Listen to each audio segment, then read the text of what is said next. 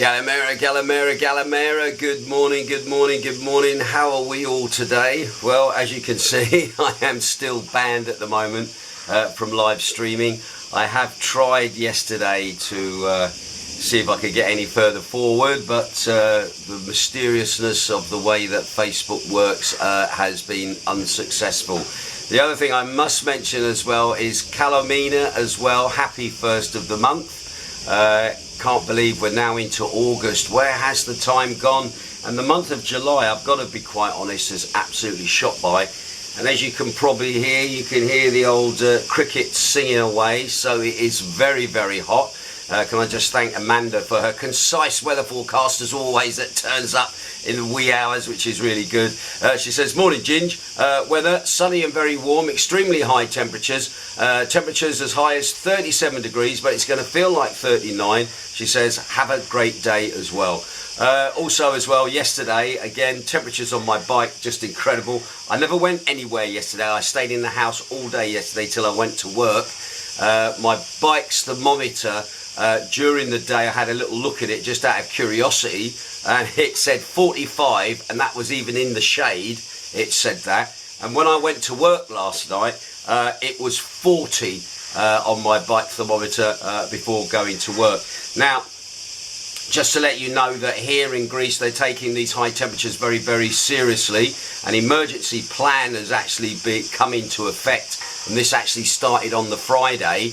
Now this plan entails the mobilisation of parts of the state to basically make sure that critical areas operate smoothly, such as protection of older and vulnerable people from the extreme heat. Also preventions of fires and things like that nature with the fire service, and also the smooth operation of critical infrastructure, which includes water and power networks. Obviously water is under pressure because people are drinking more, trying to stay cool, and also power is also under pressure because people have got the aircon on and that is blasting away. Just remember, there is a fire alert in place at the moment, and it's funny that they said this yesterday, the fact that there is no wind. I'm feeling a bit of a breeze at the moment where we are, so they're reminding people that there's a big danger that may occur with flash fires maybe a couple of days time, because the ground is really, really drying out. So once again, please be very careful. Yesterday I was at the traffic lights coming back in the early hours of the morning, and there was a woman on a scooter with a cigarette in her mouth, and I thought, well, there we go, there's a fire waiting to happen. So once again, please, please, please be very careful whether you're smoking or whether you've decided you're going to have a little barbecue or something of that nature. Just do not inadvertently create a fire, because you could be classed as an arsonist by default. All right, so once again, please be very careful. I did mention the other day about one thing the Greek government likes to do to protect the vulnerable and protect the old is they put these refrigeration rooms and refrigeration tents up. Yes, that process is going on. I'm not sure if it's happening here anywhere on Zakynthos, but it's definitely happening in the likes of Thessaloniki, in Athens, and also Patra, big sort of town areas where they basically put up special refrigerated rooms where older, more vulnerable people can just sit in there for a little bit, just get out of the heat and just basically relax. I think a lot of people will be relaxing either in swimming pools, or they will be going sitting in hotel receptions where the aircon is on. So anyway, just to let you know, temperatures for the next few days are still going to be pretty hot. Dennis said something about it'll probably carry on until Tuesday. So anyway, that's the weather, by the way, if you're curious. Oh, and last night in Magdalena's, what an absolutely cracking night in Magdalena's last night. We was packed, absolutely packed. Thank you for all those people. There was quite a lot of birthdays last night. A lot of people celebrating. A lot of British in last night as well. It was a bit like old times in some ways. It very much felt. But again, a nice mix. And we had a lot of people in the vaccinated area. Again, once again, you're very welcome to come to the vaccinated area. As long as you can prove that you are vaccinated, you have some kind of certificate or some app on your phone or whatever, something that is recognised by the Greek government, you're very welcome to come up. And I'm pleased people did come up.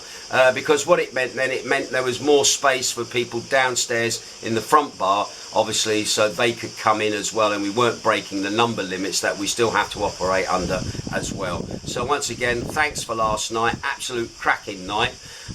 When it comes to the arrivals for today, we've got 9 arrivals from the UK.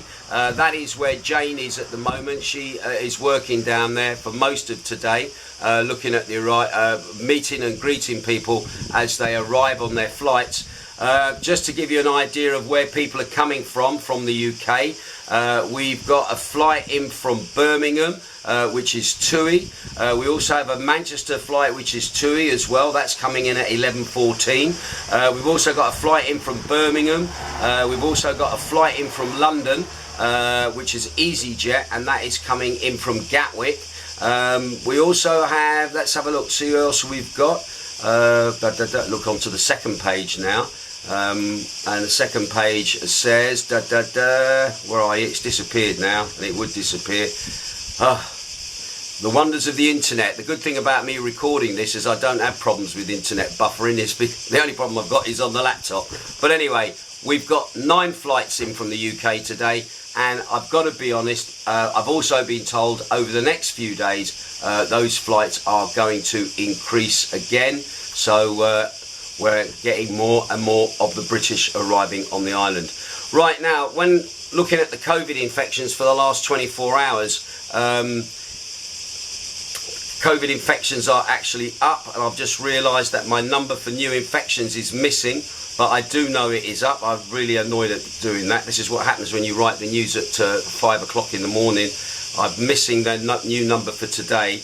Oh damn. Anyway, basically 12 new cases were identified after checks into the country, which was up on 8 on the previous day. Mykonos had 27 new cases of COVID. Rhodes had 91 new cases of COVID. Lefkada had 10. Corfu had 38. Kefalonia only had 1. But here in Zakynthos, we actually had 24 new cases of coronavirus within the last 24 hours. Now that means that up to now, Zakynthos has had 798 positive cases since the beginning of the year. This last month of July, we have had 272 cases for the month of July. When you consider June was only 7, and May was 44, and April was 177, that is a phenomenal increase in our epidemiology. And this is why we're now worrying a bit that could we get placed in the red. At the moment we are still in amber or orange here in Greece, and we're worried that we could go into the red in regards Greece, but so far we haven't. And of course with regards to the UK, we are still in amber in the UK. So again, we're keeping and watching very closely how things are going to pan out on our epidemiology numbers. Now when it comes to deaths across Greece, they have started to creep up as well. There were 12 new deaths reported the other day by me. Today, 17 new deaths across the country. Average age of those people, 79. That brings the death toll now to 12,965, just slightly short of 13,000. 96% of those people had underlying health problems, all were over the ages of 70. And once again, our condolences to those families that were affected. When it comes to critical cases in ICUs at the moment, that number is up, okay, as well. It was 165 the other day. It's now up to 172. 110 of those are male and 62 of those are female. The average age of those people is 67 years of age, and they've got either underlying health conditions or over the age of 70. So once again, that number is starting to creep up. Don't forget the top mark is 900. That's how many beds that Greece has. So at the moment, it's concerning, shall we say, the epidemiology for Greece as a whole. The numbers are concerning at the moment, but we shall wait and see again how that plays out. Right then, today's news then, again, as the Greece's South Aegean Islands became marked in red on the European Centre Disease Prevention and Control map on Thursday, non-essential travel is being discouraged. The Deputy Civil Protection Minister, Nikos Hardalias, stressed that the popular destinations such as Ios and Mykonos in particular, they are on the brink of being placed under a new round of restrictions. So it's still not out of the woods yet for them. Anyway, speaking to Ant TV on Friday, Hardalias underlined that the situation on the two islands is borderline. He says Mykonos was of particular concern. Variants have been detected on the island there. He also added that 46% of the COVID-19 cases, those were employees of restaurants, clubs and hotels that were actually testing positive.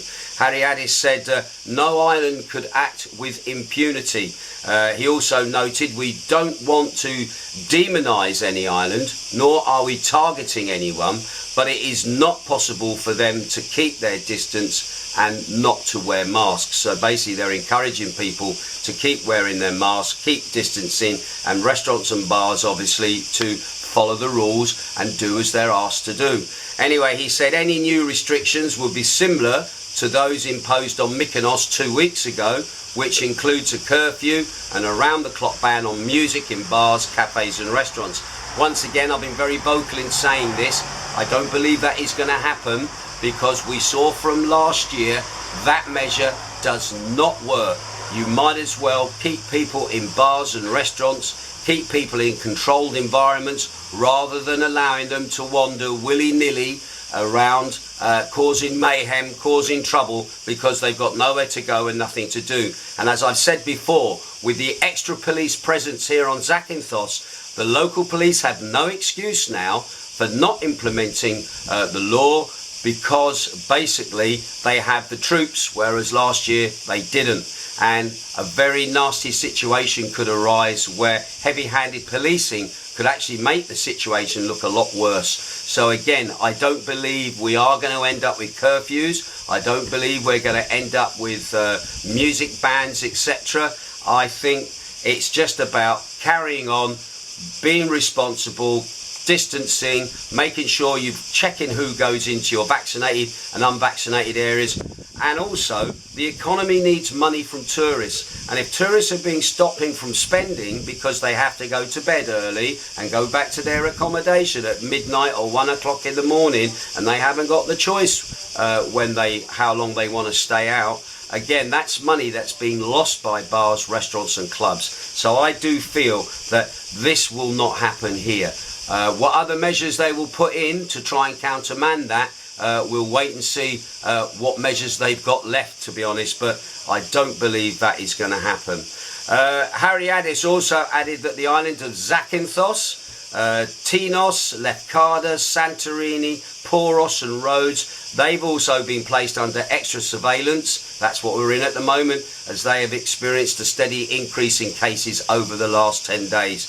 He's also called on local authorities and visitors to observe personal protection measures and safety protocols, especially in the areas of high transmission rates. Now, I'm not saying that we are technically in an area of high transmission rate, but again, people are, I've got to be honest, people coming into the bar, they're wearing their masks, going to the toilet, which is what you're supposed to be doing.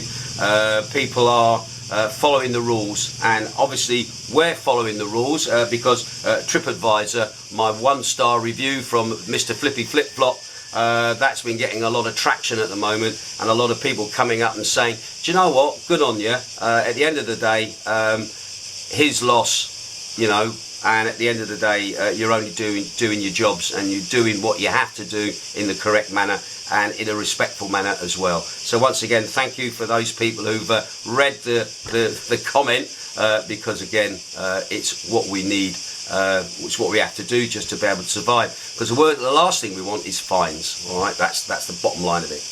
Anyway, the Health Ministry of Cyprus at the moment, our cousins across the water, now they've drastically extended their country's COVID-19 restrictions on access to public venues in an attempt to stem the spread of coronavirus infections. Their minister was talking about this on Friday. Now, from Monday, this is happening in Cyprus, not here, so let's get that clear.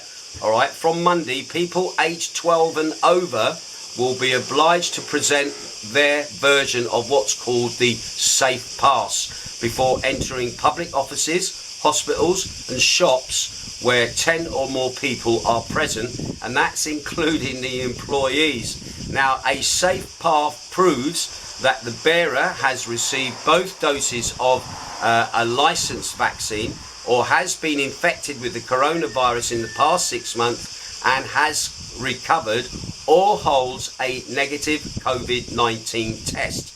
So again, that's kind of good because if you don't want to be vaccinated, you can still get one of these safe passes as long as you are doing a vaccination like we have to do twice a week, and you've got those results of your test to hand, and that proves that you can go in.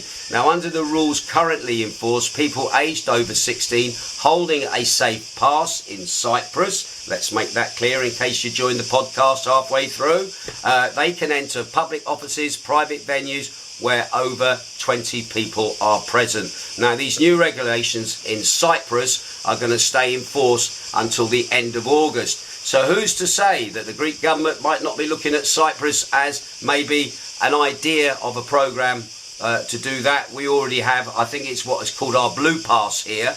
That's what we call it. And again, people under the ages of 18 have been, shall we say, effectively bribed to get the double jab with 150 euros of credit on their phone, or book a holiday, or whatever they want to do with that money. It'll be interesting to see if that is not going to be tweaked slightly in the same realms of the safe pass in Cyprus. The only thing though is you only get that blue pass if you get the vaccination. So again, we shall look at that.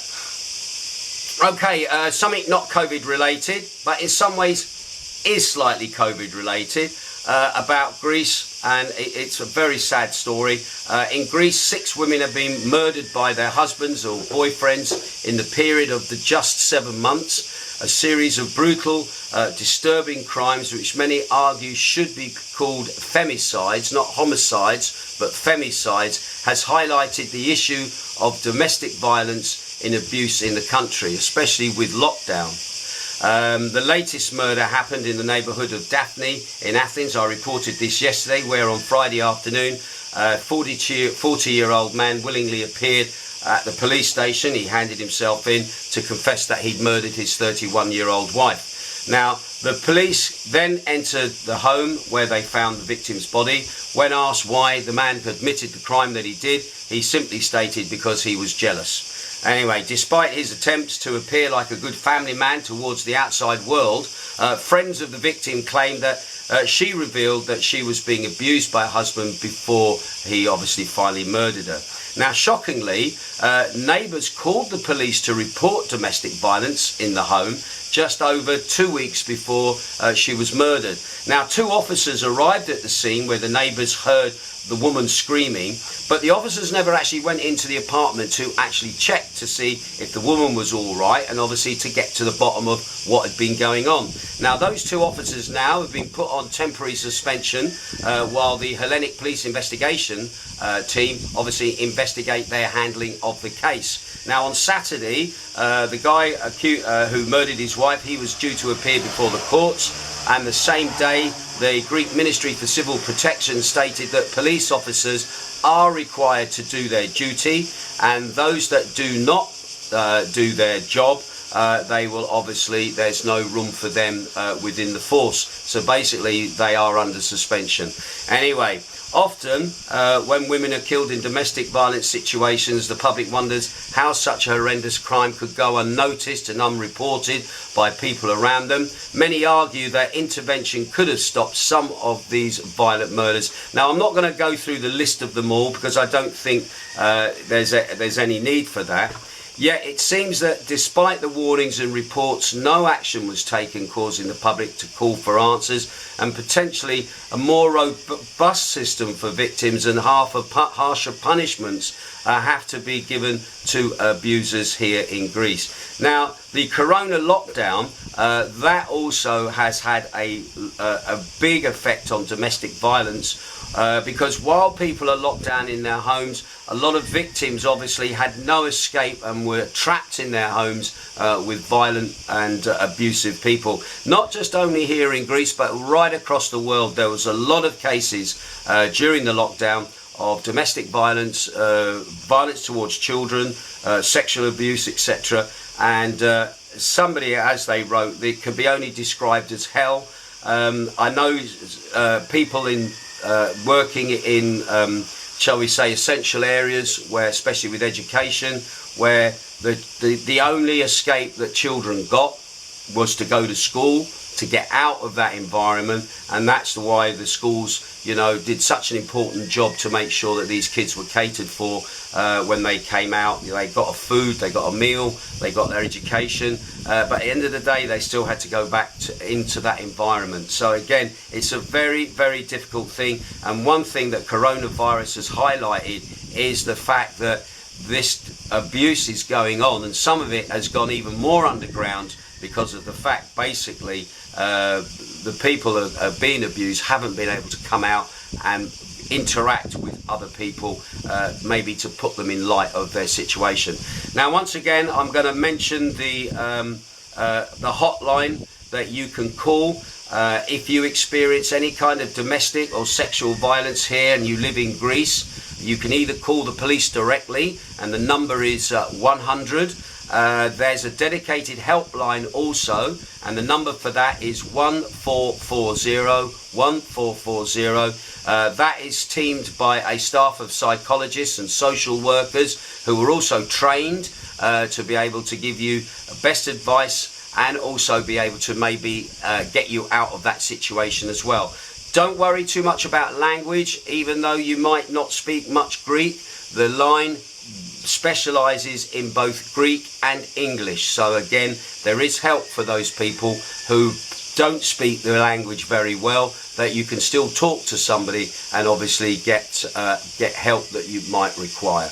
And just interestingly, the majority of calls, 84% of the actual violence in the country, lockdown violence in domestic terms, increased, believe it or not, by 230% just in the first lockdown alone. And the majority of calls, 84%, were related to domestic violence. Married couples took up about 56% of the instances of domestic abuse, and those in intimate relationships, i.e. partnerships, about 13%.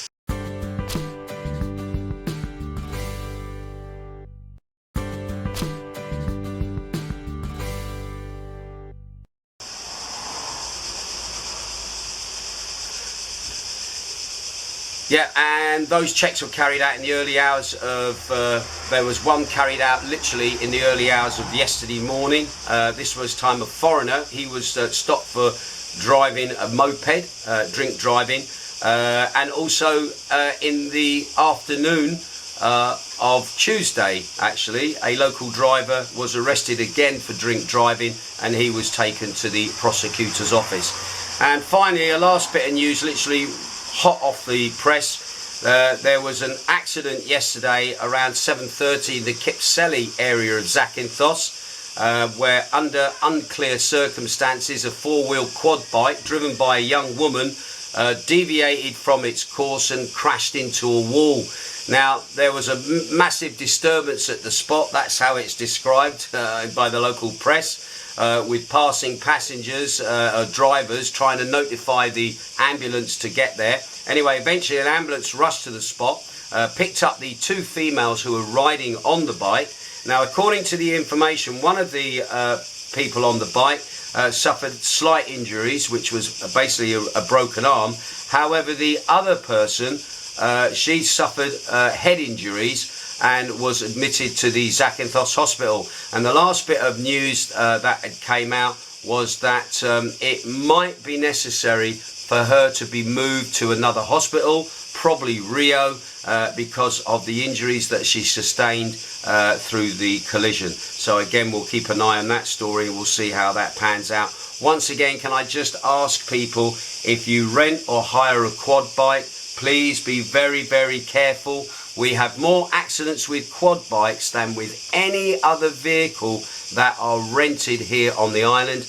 And interestingly, one time, a couple of years ago, I was speaking to the undertaker whose job is to repatriate people back to the UK who obviously pass away.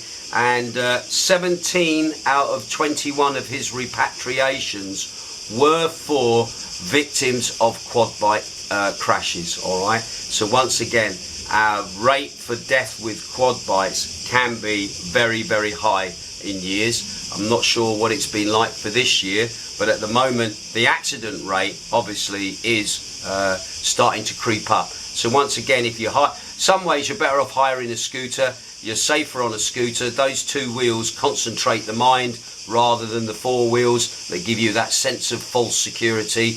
And to be honest, riding a quad bike is completely different to riding a scooter or a two-wheeled vehicle. And some people don't understand, and sometimes, not blaming the hire companies, when they give these bikes to them, they need to give more detailed instruction on the proper procedure to ride them. All right, so I'm not saying don't hire one, just be very careful when you do hire one and act responsibly. You just see them whizzing about and you just feel there's an accident just waiting to happen there.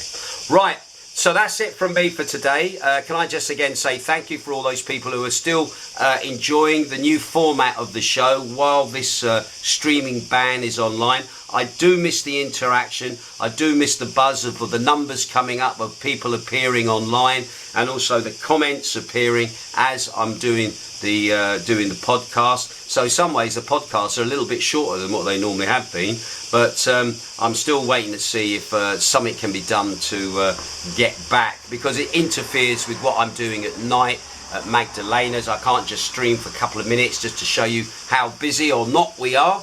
Can I say thank you to the lady yesterday who was streaming to her friend in Belfast, Sweet Caroline, because it was her birthday. If you have that, please put that up onto the Magdalena's Facebook page or my Facebook page. I'd love to see that video stream that you did yesterday, because it was just absolutely awesome. Just to remind you that today I will upload at some point the dance anthem show from the Friday night that got repeated yesterday. That was done live in Magdalena's, broadcast live there, recorded, and then obviously played out on beachradio.co.uk. Also as well, don't forget, today my Northern Soul show is on beachradio.co.uk. This is the first live Northern Soul show that was recorded in front of an audience, and maybe Monday I'll be doing it again on Monday, but it'll be Monday during the day in Magdalena's, a sort of a breakfast, soul breakfast sort of thing we're calling it, because again, the demographic for Northern Soul, very sort of specialist demographic. It's about picking the right time with the right amount of people who understand the music, all right? But anyway, those people that enjoyed it last time, it worked, and that show is going out today on beachradio.co.uk, and that is out at 5 p.m. UK time, which is 7 p.m. Greek time. So I'll have a chance to spend at least a little bit of time in the chat room and make some contact, say hello, see how the show's going. Right, that's it from me. I'm gibbering on now. I've got things to do. It's a busy day, and by God, it is hot. You have a great day wherever you are. You stay safe and don't get yourselves in any trouble. All right, catch you later. Ta-ra.